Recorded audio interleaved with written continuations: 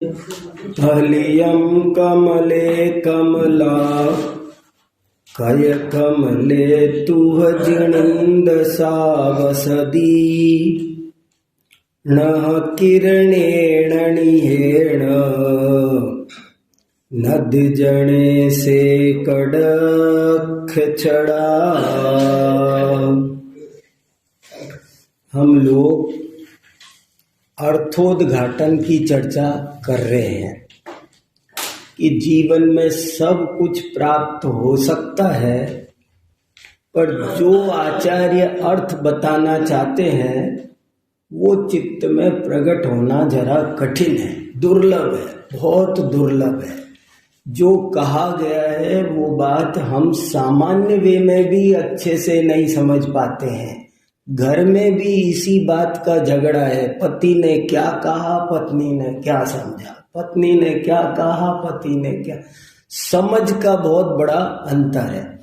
सही समझ में आ जाए ये बहुत बड़ी बात है। फिर जिनवाणी की बात, ज्ञान की बात जो कभी अनादिकाल से सुनी नहीं, बड़े बड़े ज्ञानियों ने तपस्या करके, साधना करके, आनंद में डूब करके कही है, कई बार कुछ अलंकारिक ढंग से कही है, उसे समझना तो और भी कठिन हो जाता है। हमारी रुचि भी कम, हमारा ज्ञान भी कम, हमको व्याकरण भी नहीं आती, हमको अलंकार भी नहीं आते, हमको साहित्य शास्त्र भी नहीं आता, किताबें कैसे बनती है ये पता नहीं है, तो किताबों के बनने का आनंद भी हमको नहीं मिल पाता। ऐसी अनेक समस्याएं हैं।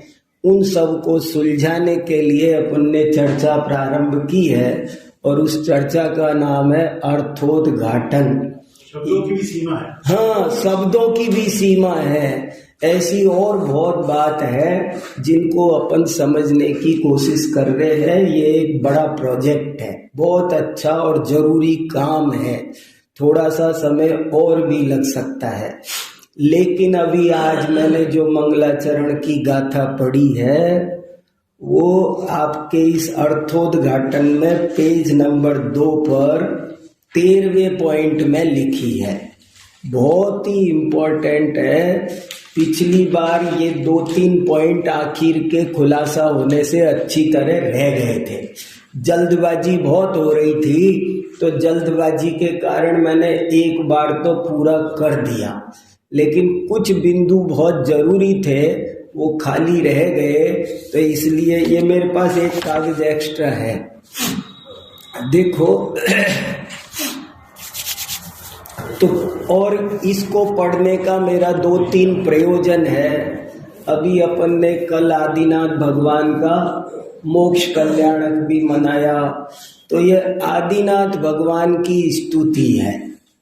आज से 1100 साल पहले पद्मनंदी आचार्य हुए, उन्होंने पद्मनंदी पंचविंशति का बहुत अच्छा ग्रंथ लिखा है, और उस पद्मनंदी पंचविंशतिका में एक बहुत ही सुंदर स्तोत्र है, ऋषभ स्तोत्र। लोगों ने नाम भी नहीं सुना। दुनिया और बहुत स्तोत्रों के नाम जानती है, पर दुनिया में किसी से भी पूछो कि स्तोत्रों के नाम बताओ तो 10 के गिना देगी, मगर एक पद्मनंदी पंचविंशतिका में ऋषभ स्तोत्र है, ये नहीं बता पाएगी। एक बहुत प्यारा ऋषभ स्तोत्र है, आप मेरे कहने से उसे पढ़ना, आनंद आ जाएगा। इतना सुंदर, सरल, बहुत बढ़िया है। उसमें 46 नंबर की एक गाथा है। वो गाथा मैं आपको सुनाना चाह रहा हूँ, वही मैंने मंगलाचरण में पढ़ी है, और हमारा ये विषय और आगे बढ़ेगा। इसकी बहुत सुंदर चर्चा है। आप पहले इस पर मन लगा के सुनो, तो मुझे उम्मीद है कि आपको एक निधि मिल जाएगी, आपको समझने के बाद में आनंद आ जाएगा। मैंने सबसे पहले ये गाथा महाराज जी के मुंह से सुनी, और बाद में मुझे इतना आनंद आता चला गया कि कुछ पूछो ही नहीं। मैं जितना इसकी गहराई में उतरा, मुझे लगा इसमें तो बहुत दम है। अब देखो क्या लिखा, पहले गाथा देखो, फिर इसका हिंदी अर्थ देखो, बाद में उसका विस्तार सोचो।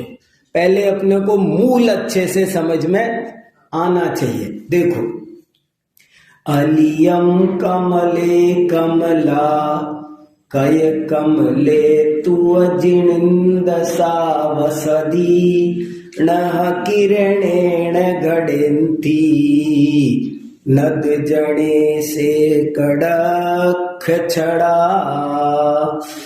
देखो क्या इसका अर्थ है। अलियम, अलियम माने झूठी बात, अलीक कहते झूठ को, ये बात झूठी है। कमले, कमल में, कमले माने कमल में, ये बात झूठी है कि कमल में कमला रहती है। कमले कमला, कमल कमला माने लक्ष्मी। देखो लक्ष्मी का नाम कमला रखा। बोले कमला नाम क्यों रखा? बोले वो कमल में से निकलती है, इसलिए उसका नाम कमला है। लक्ष्मी का आपने कोई चित्र भी प्रतीक देखा होगा ना, तो कमल पर बिठाते हैं। तो बोले कमल पर लक्ष्मी रहती है, ये बात झूठ है। कौन कह रहे हैं? आचार्य पद्मनंदी। लक्ष्मी कमल पे होती है, कमल में होती है, कमल से मिलती है, ये बात गलत है, झूठ है, ये सही बात नहीं है। कोई कमल के फूल में से थोड़ी लक्ष्मी प्रकट होती है, न तो लक्ष्मी नाम की देवी उसमें प्रकट होती है, न जिसको हम ये रुपया पैसा चल अचल संपत्ति कहते हैं, ये भी कोई कमल के फूल में से निकलती नहीं है। तो ये बात गलत है कि लक्ष्मी कमल में रहती है। तो फिर क्या बात सही है?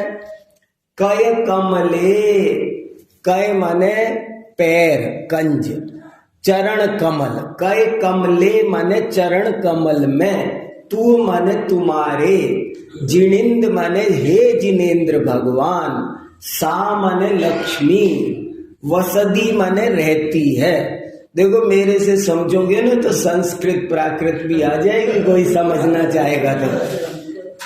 हम बताते ही हैं, हमारी आदत में शुमार है, और हम इसलिए भी बताते हैं कि आना चाहिए।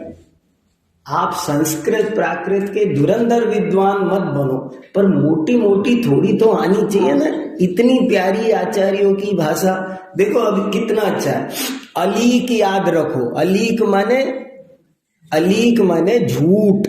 ये बात झूठ है कि लक्ष्मी कमल में, सारी दुनिया जो ये कहती है कि लक्ष्मी तो कमल में रहती है, कमल कमल वासिनी कमल, बोले ये बात गलत है।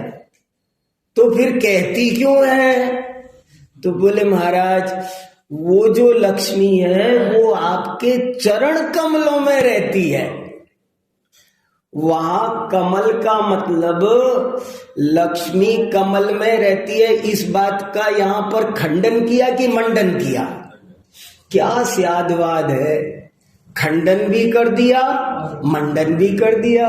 लक्ष्मी कमल में रहती है, अगर आप इस बात को सीधे वे में, राइट वे में, अभिधा अर्थ में लोगे तो गलत है। लेकिन कमल का मतलब चरण कमल है, भगवान के चरण कमल, ऋषभ देव भगवान के चरण कमलों में लक्ष्मी रहती है। हाँ ये भी तो वही हुआ, चरण कमल में लक्ष्मी रहती है भगवान के। हाँ अभी नीचे की लाइन में उसका खुलासा, नीचे की लाइन में अभी ये भी एक झंझट पड़ रहा है कि वहां कहाँ रहती है। अब ये गजब की बात है। देखो अभी बहुत मैं क्या बताऊं, मैंने भी पहली बार सुना तो मुझे महिमा नहीं आई, इसमें क्या दम है इस गाथा में।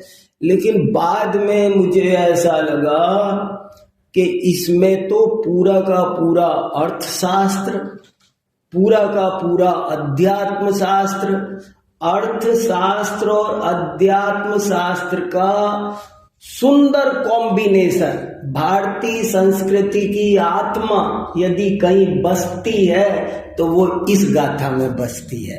अब आप जरा अच्छे से उपयोग लगाओ और बिल्कुल चिंता मत करो, खूब अच्छे से समझ में आएगी। हे जिनेंद्र, लक्ष्मी कमल में रहती है, ये जो बात लोक में कही जाती है ये वास्तव में झूठ है। लेकिन वो लक्ष्मी वास्तव में आपके चरण कमलों में निवास करती है, तभी तो यही वजह है न किरणेण गड़ेंती, न माने नख, ये जो आपके पैरों में नख है, उन नखों में जो झुकते हैं, जो आपके चरणों में झुकते हैं, उनके ऊपर घड़ेंती, घड़ेंती का मतलब होता है कटाक्ष करती है, उन पर प्रसन्न होती है, उन पर खुश होती है। नद जणे से कड़क छड़ा, नत, नत जन माने नत, नत माने झुका हुआ, जो जन माने आदमी, जो आदमी आपके चरणों में बारंबार झुकते हैं, भक्ति से झुकते हैं, उनको ये घटित, उनके जीवन में ये घटित होती है। देखो, न किरणे, निह माने बहाने से, भगवान के नख में चरणों में जो प्रणाम करते हैं उनको भक्ति के बहाने उनके जीवन में ये घटती है, बरसती है, ये अपार खुश होकर के उनको मिलती है। नद जने माने भक्त, नत जन मतलब जो चरणों में भक्तों के अमर नत आता है ना, भक्तामर में भी नत माने जो, हे भगवान, जो जीव आपके चरणों में झुकते हैं उन पर ये भक्ति के बहाने, उनकी किरणों के बहाने समझ लो अपरंपार बरसती है। कड़क छड़ा, उन्हीं पर ये कटाक्ष करती है। कटाक्ष करना मुहावरा है, जिसको अपन आंख मारना भी कहते हैं। जैसे अपन किसी बात पर है ना प्रसन्न हो रहे, स्वीकृति दे रहे, तो आंख मार दी माने स्वीकृति। तो बोले लक्ष्मी आंख मारती है। आंख किन पर आंख मारती है? जो भगवान के भक्त होते हैं। हे ऋषभ देव, जो आपके भक्त होते हैं उन पर ये लक्ष्मी प्रसन्न होती है, उनको स्वीकृति देती है, हाँ मैं तुम्हारे घर आऊंगी, और खुश होकर के बरसती है। अब जरा सोचो क्या कहा कि हे भगवान, लोक में जो ऐसा कहा जाता है कि लक्ष्मी कमल में रहती है, उसमें से उत्पन्न होती है, सो ये बात गलत है। ऐसा वास्तव में नहीं है, परंतु ये बात इसलिए प्रचलित हुई है क्योंकि लक्ष्मी वास्तव में भगवान के चरण कमलों में रहती है, आपके चरण कमलों में रहती है। जो लोग आपके चरण कमलों में झुके रहते हैं उन पर बरसती है। जो देखो कमल है ना, कमल, कमल शब्द अनासक्ति का प्रतीक है। मुझे ये कमल शब्द से बहुत बात समझ में आती है। आप जानते हो भारत का राष्ट्रीय पुष्प क्या है?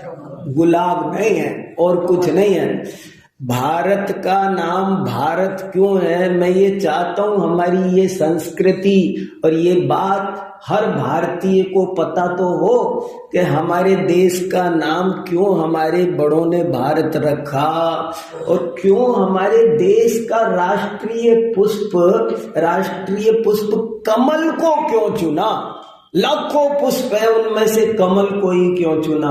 इसलिए चुना कि हमारे बड़े हमसे ये कहना चाहते थे कि तुमको सुखी रहना है, उन्नति करना है, तो एक बात सीख लो, अनासक्त विद्या। गीता पढ़ लो, कोई पढ़ लो, सारे धर्मों का सार है अध्यात्म विद्या। गीता में लिखा है अध्यात्म विद्या विद्यानाम अनासक्त योगी सुखे दुखे समय कृत्वा लाभा बहु जया जय। माने वो बराबर अनासक्त विद्या। कमल की ये खास बात है, वो कितने भी कीचड़ में पड़ा रहे, पानी में पड़ा रहे, पानी में आपने देखा है ना सबने, मैंने खूब प्रयोग किया, मेरे इसमें उदाहरण आए ना, इसलिए मेरी जिज्ञासा बढ़ गई कि मैं अच्छे से चेक करूं।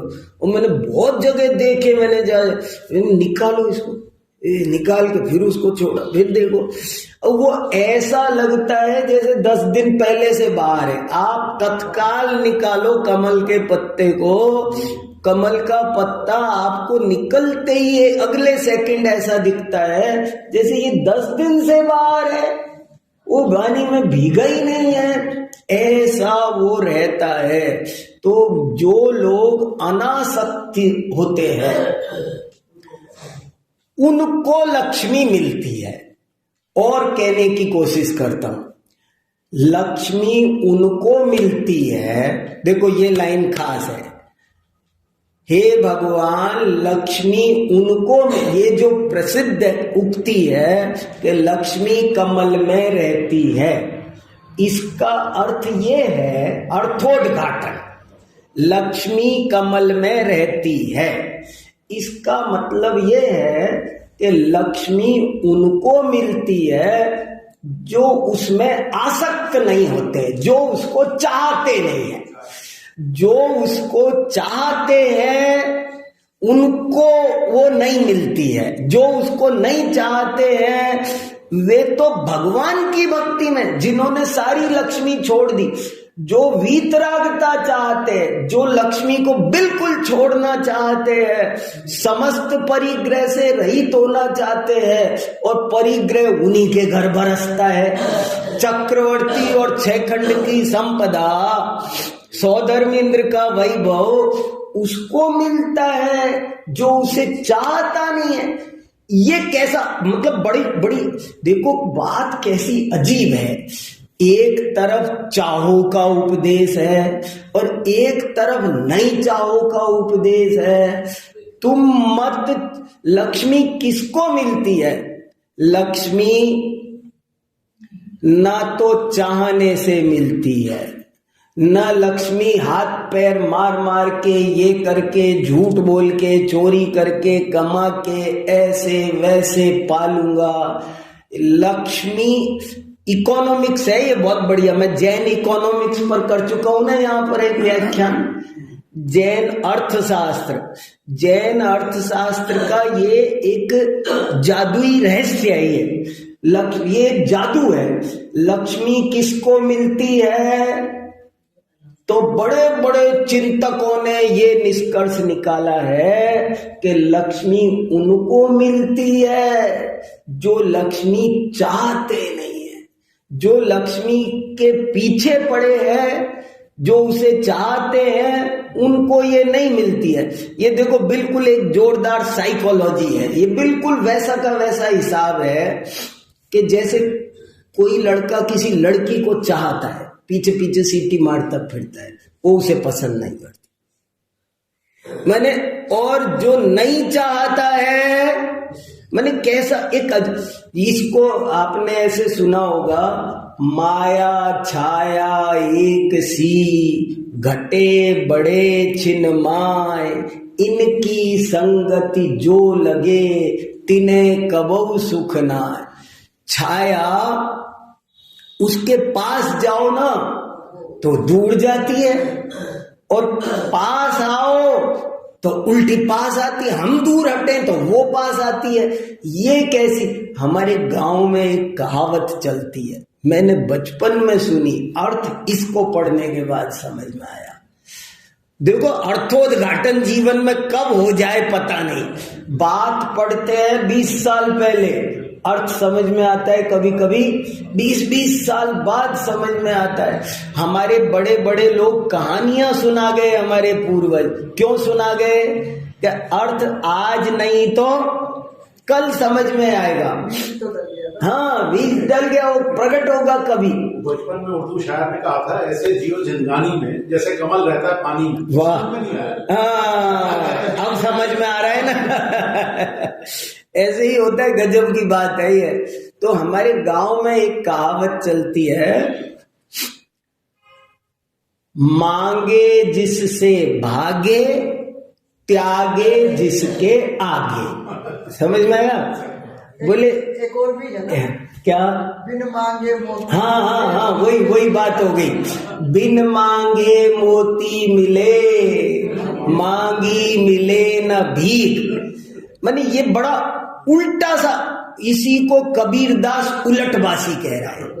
इसको पूज्यपाद योगिंदु आचार्य इसको रहस्य कहते हैं। तो ये रहस्य है, ये गूढ़ बात, एन उपाध्याय ने इसको गूढ़ बात, उल्टी बात है, बात उल्टी है ये, लेकिन उल्टी होकर भी सही है, उल्टी नहीं है।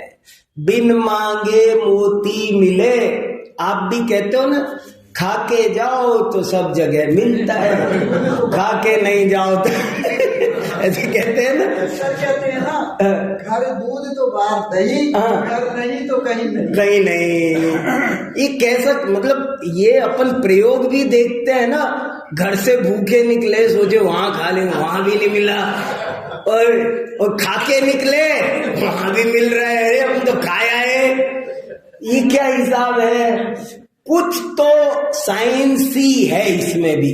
इसको मैं कहता रहता हूं, हमने बहुत विज्ञान पढ़े, भौतिक विज्ञान, रसायन विज्ञान, एक बार जिंदगी में अनासक्ति विज्ञान भी पढ़ो।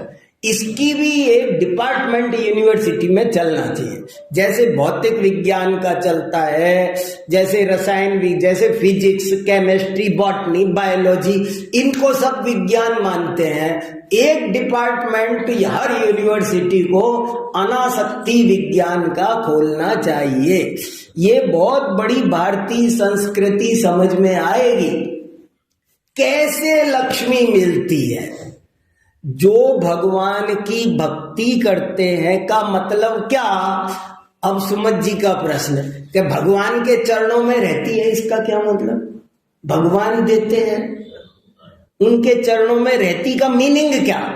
उनके चरणों में रहती का मतलब है कि जो लोग वीतरागता चाहते हैं, जो लोग सर्वज्ञता चाहते हैं, जिनका ध्यान तो अब मुक्ति मार्ग में लग गया है, इधर से ध्यान हट गया है, उन्हें वो ऑटोमेटिकली मिलती है। अपार पुण्य बंद होता है उधर। जो पुण्य को चाहता है उसे उतना पुण्य नहीं मिलता, जो पुण्य को नहीं चाहता है उसके अपार पुण्य बंद होता है। देखो सोचो, मैं भगवान की भक्ति करने आया और इस इच्छा से आया तो मेरी दुकान बढ़िया चले। महावीर जी दर्शन करने गए कि भैया दुकान बढ़िया चले, तो आपकी भक्ति में वो पावर नहीं आ पाएगी, क्योंकि आप स्वार्थवश आए हो। और जब आप उस स्वार्थ को छोड़कर भक्ति करोगे तो आपकी भक्ति बिल्कुल निर्मल हो जाएगी। अभी तो ये तो सौदाबाजी है। तो इसलिए जो लोग भगवान की भक्ति में रहते हैं, चरण कमलों में झुकते हैं, निरंतर उधर ही ध्यान देते हैं, लक्ष्मी को नहीं चाहते हैं, धन दौलत की तरफ जिनका बिल्कुल भी इच्छा नहीं है, उनके ऊपर लक्ष्मी अपरंपार कृपा करती है, उन पर कटाक्ष करती है और उन्हीं पर बरसती है। अब ये बात ठीक हो गई कि लक्ष्मी कमल में रहती है। हाँ, अब बताओ भाई। डेस्टिनी क्यों कहा गया है? डेस्टिनी में लिखा होता है। हाँ, डेस्टिनी में होता है। वही तो बात आ गई। उसको कैसे भी कह दो, शब्द ही तो बदलना है। सिद्ध यही हो गया कि लक्ष्मी चाहने से नहीं मिलती है, लूटने से नहीं मिलती है, लक्ष्मी तो नहीं चाहने से मिलती है। यहाँ पर जो लक्ष्मी है उसकी परिभाषा क्या साथ अब इस आध्यात्मिक अब आगे चलो, अब आगे चलो, आप अगला स्टेप पहले पढ़ लेते हैं।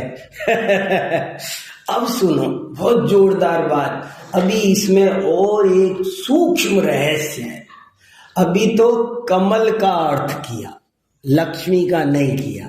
अब मैं लक्ष्मी का करता हूं।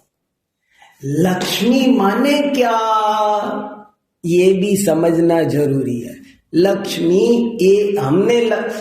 अब किसी से भी लक्ष्मी बोलो ना, तो लक्ष्मी कहते ही उसे क्या समझ में आता है? लक्ष्मी जी के हाथ से सिक्के सिक्के बरस रहे। मैंने उस लक्ष्मी माने हमको सिक्के समझ में आ रहे। लक्ष्मी का मतलब रुपया, ये हमें सबको समझ में आता है। पर आप जानते नहीं, लक्ष्मी 20 प्रकार की होती है। अष्ट लक्ष्मी तो नाम आपने सुना ही होगा।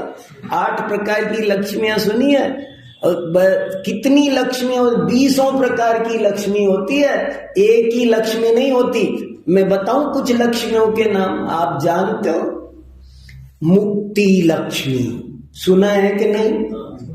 केवल ज्ञान लक्ष्मी सुना है कि नहीं? समोसरण लक्ष्मी ये सुना है कि नहीं? आपने ज्ञान लक्ष्मी, ज्ञान धन, ज्ञान भी लक्ष्मी है। कीर्ति लक्ष्मी, कीर्ति भी यश भी है ना। अरे दुनिया में सबसे बड़ी लक्ष्मी, दुनिया कहते हैं ना, लोग कहते हैं सूरत, एक दुआ है बहुत अच्छा, सूरत से सीरत बड़ी, बिना पंख उड़ जाए, सूरत तो जाती रहे, सीरत कभी न जाए। ये भी बहुत बढ़िया। पंडित आशा दर्जी ने सागार धर्मामृत में लिखा है, जीवन में कुछ करो या ना करो, कीर्ति अर्जित करने का जरूर पुरुषार्थ करो, ऐसा लिखा है। एक बहुत मोटी बात है सर, साग बोएंगे तो फालतू, गेहूं अगर बोएंगे तो घास फूस मिलेगा ना। हाँ। अभी वही बात है। अपन तो यहाँ खूब पढ़ा ना कई दिन, तो देखो अभी गजब की बातें समझना।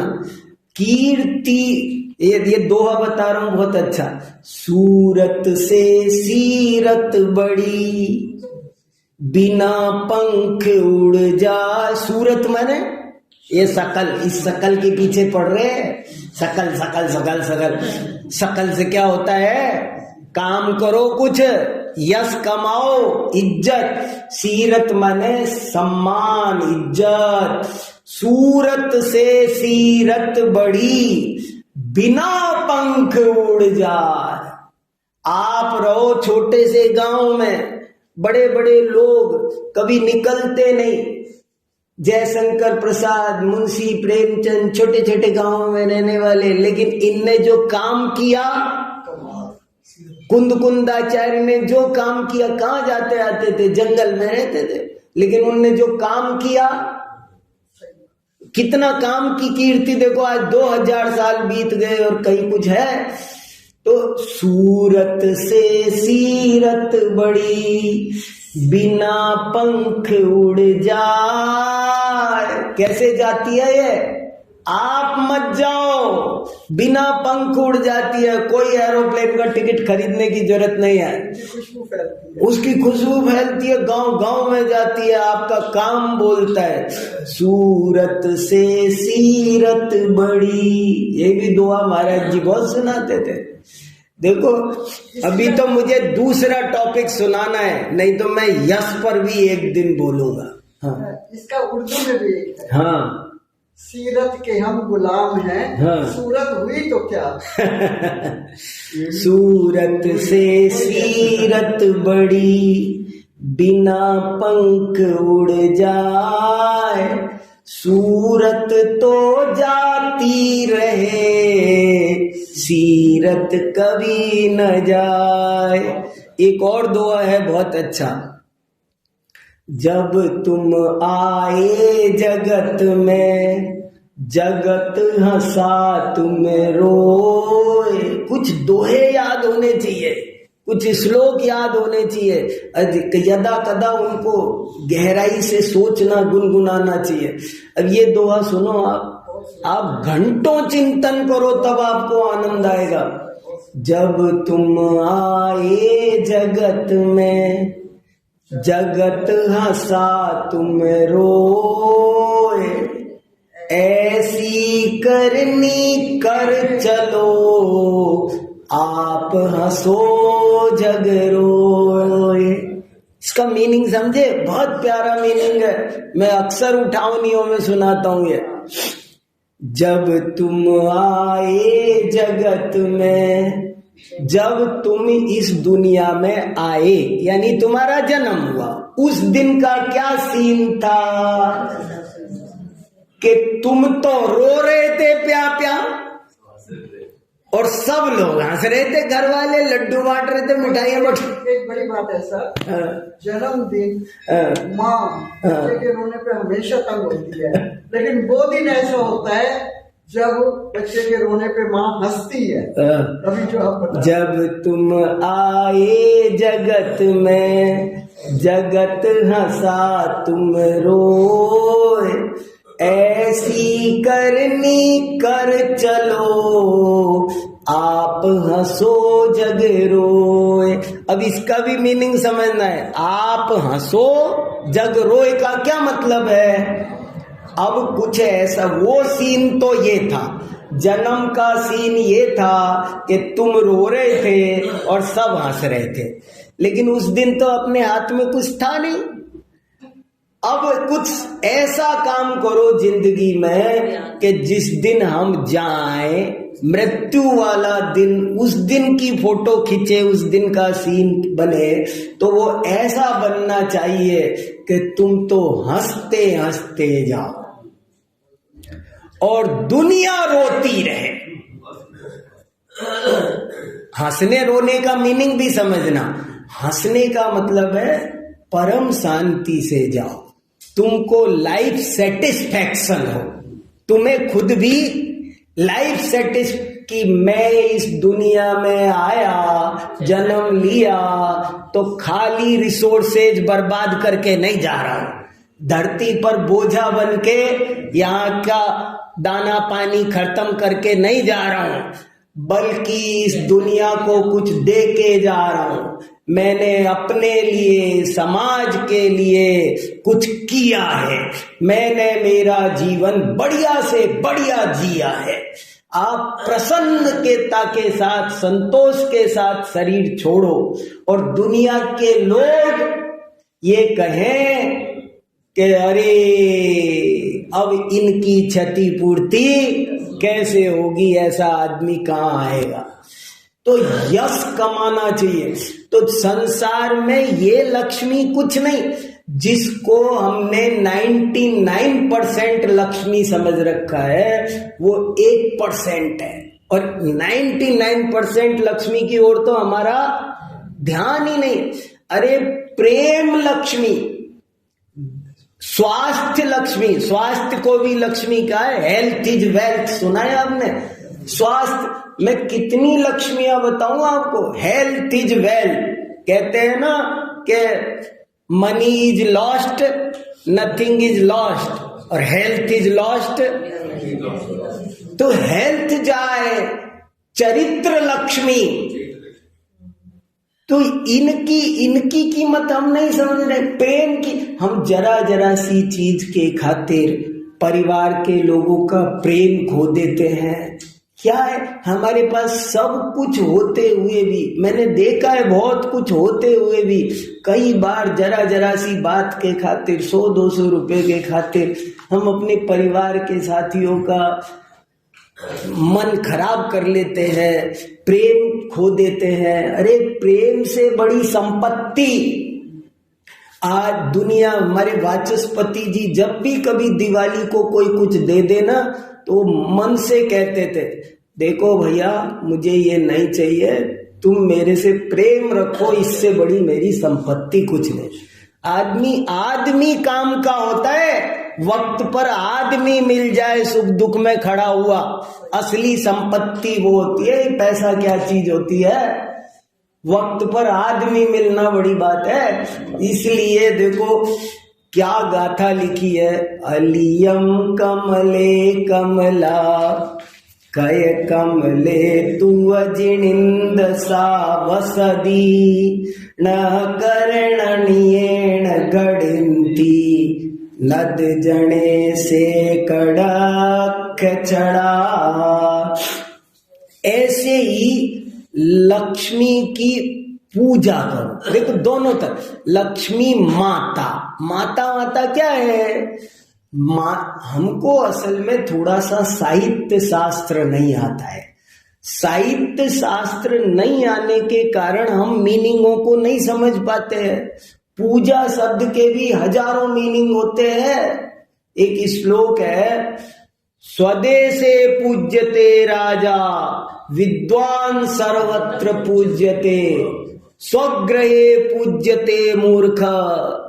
बोले, और पूजा पूजा के बहुत अर्थ होते हैं, एक ही अर्थ नहीं होता है।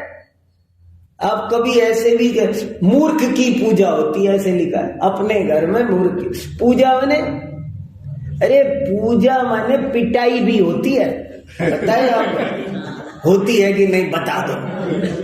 बढ़िया से पूजा कर दी, बढ़िया से पूजा कर दी माने,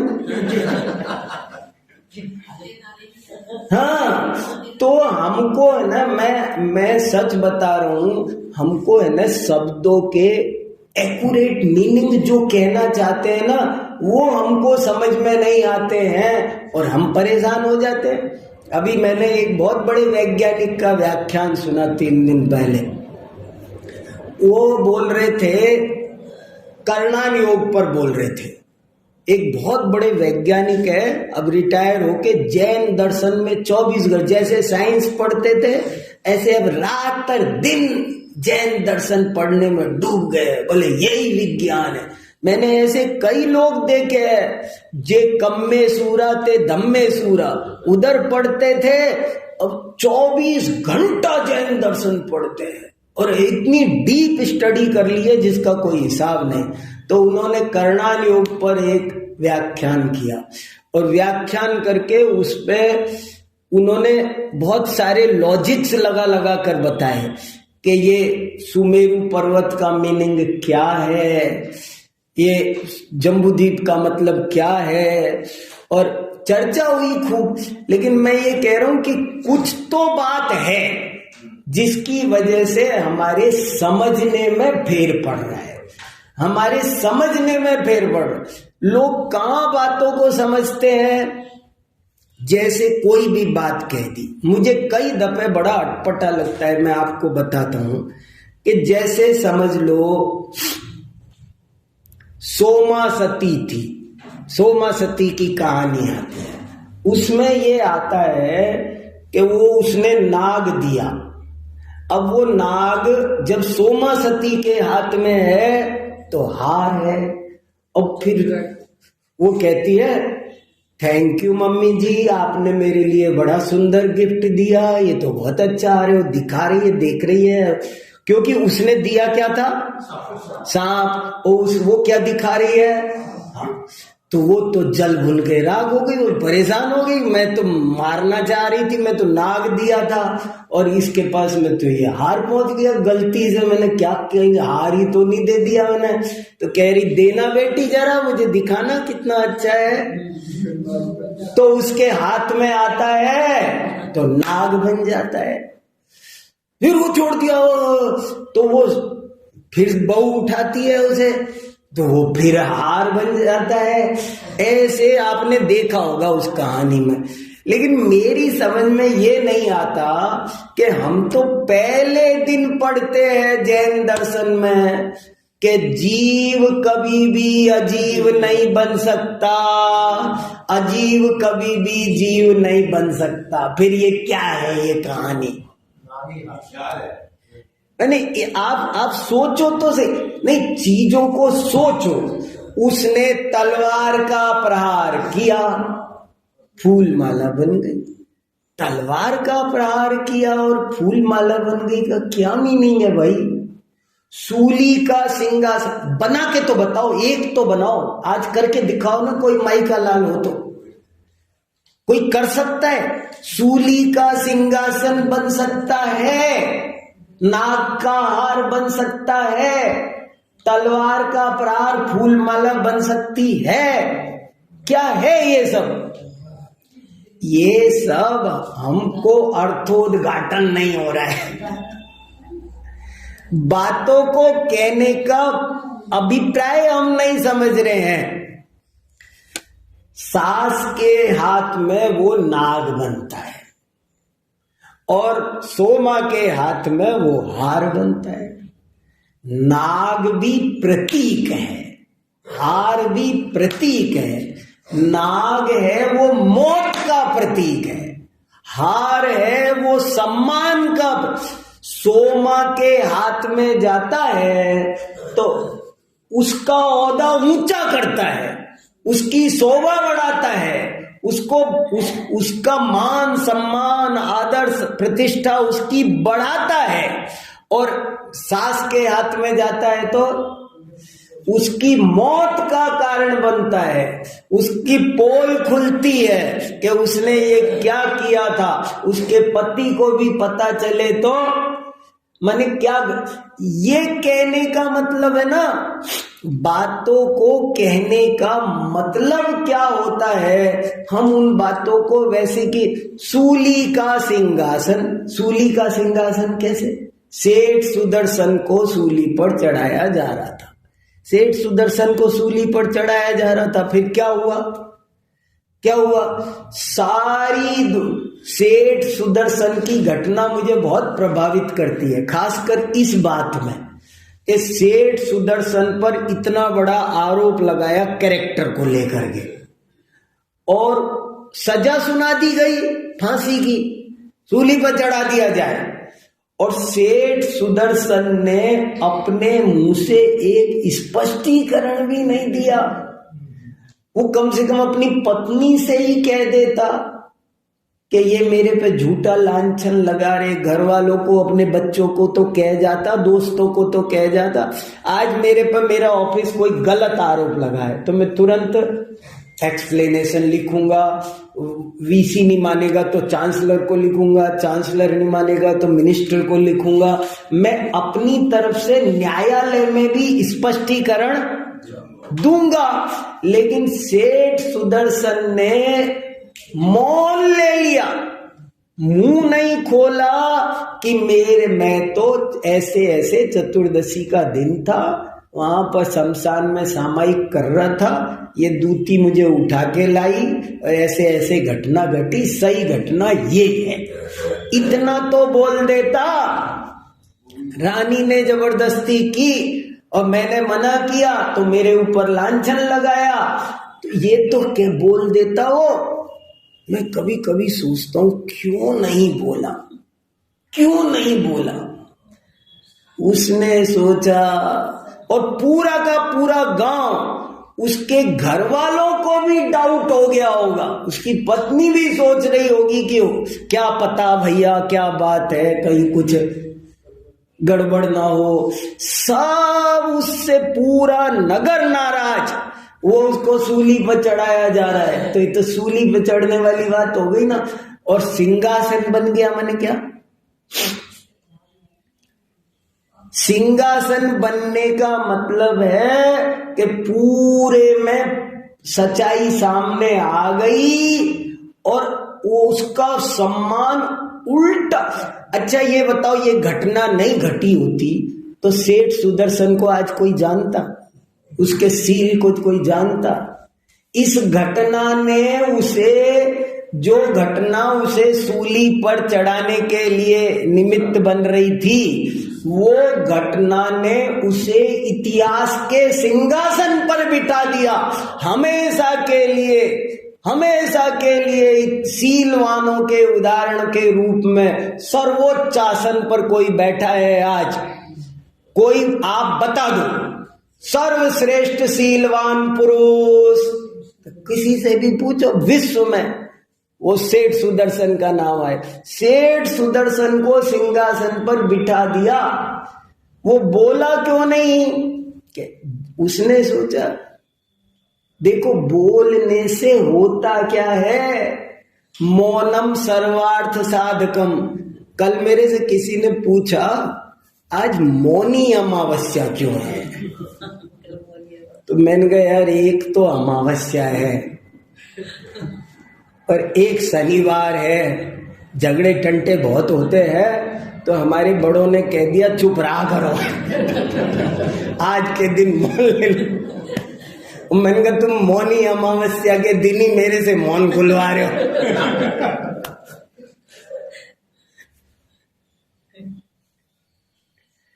बताओ वो क्यों नहीं बोला सेठ सुदर्शन? इसलिए नहीं बोला कि एक तो मेरे पास टाइम कम बचा है, अब ये मुझे सूली पर ले जा रहे हैं, मैं अपनी एनर्जी वेस्ट करूंगा स्पष्टीकरण दे दे के। कर्म का उदय बलवान है, यश कीर्ति अयशस कीर्ति जो मेरे भाग्य में लिखा है वो होगा, मेरे स्पष्टीकरणों से कुछ होना जाना नहीं है सिवा मेरी एनर्जी वेस्ट होने के। देखो ऐसा श्रद्धान आपको हमको है, आपको हमको लगता है कि जो होना होगा वो होगा, स्पष्टीकरण देने से मेरी केवल ऊर्जा बर्बाद। अभी कोई मुझसे कहे आज शाम को तुम्हें सूली पर चढ़ाया जाएगा, अब मुझे क्या करना चाहिए बताओ? मुझे मेरी पत्नी को बताना चाहिए मैंने यहाँ इन्वेस्ट किया, एक ये कागज है, एक ये कागज है, एक ये कागज है, इसको ये करना चाहिए, इसको ये करना चाहिए, बैंक जाके साइन करना, ये सब करनी चाहिए। क्या करना चाहिए? आज शाम को मौत है तो सुप्रीम कोर्ट जाना चाहिए। लोग कहाँ एनर्जी वेस्ट करते हैं। सेठ सुदर्शन ने सोचा अब एक सेकंड भी खराब करने लायक नहीं है, शुद्धोपयोग में चले जाना चाहिए।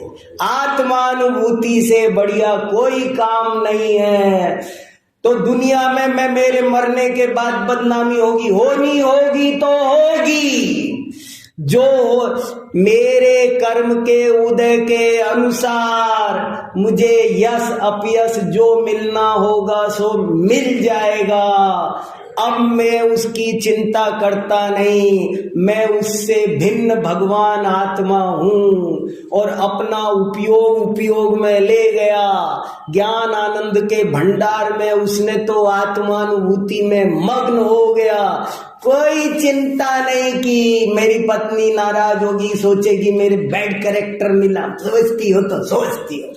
अब कहाँ दिमाग मारूं मैं, मेरे पास समय नहीं। और स्पष्टीकरण देने से कुछ होने जाने वाला नहीं था। वो ये भी समझ गया क्या नहीं, क्या तेल निकलना था मुझे ये बताओ। वो ये कह देता कि रानी की गलती थी, ऐसे राजा कहता अच्छा और उल्टा लगा रहा है।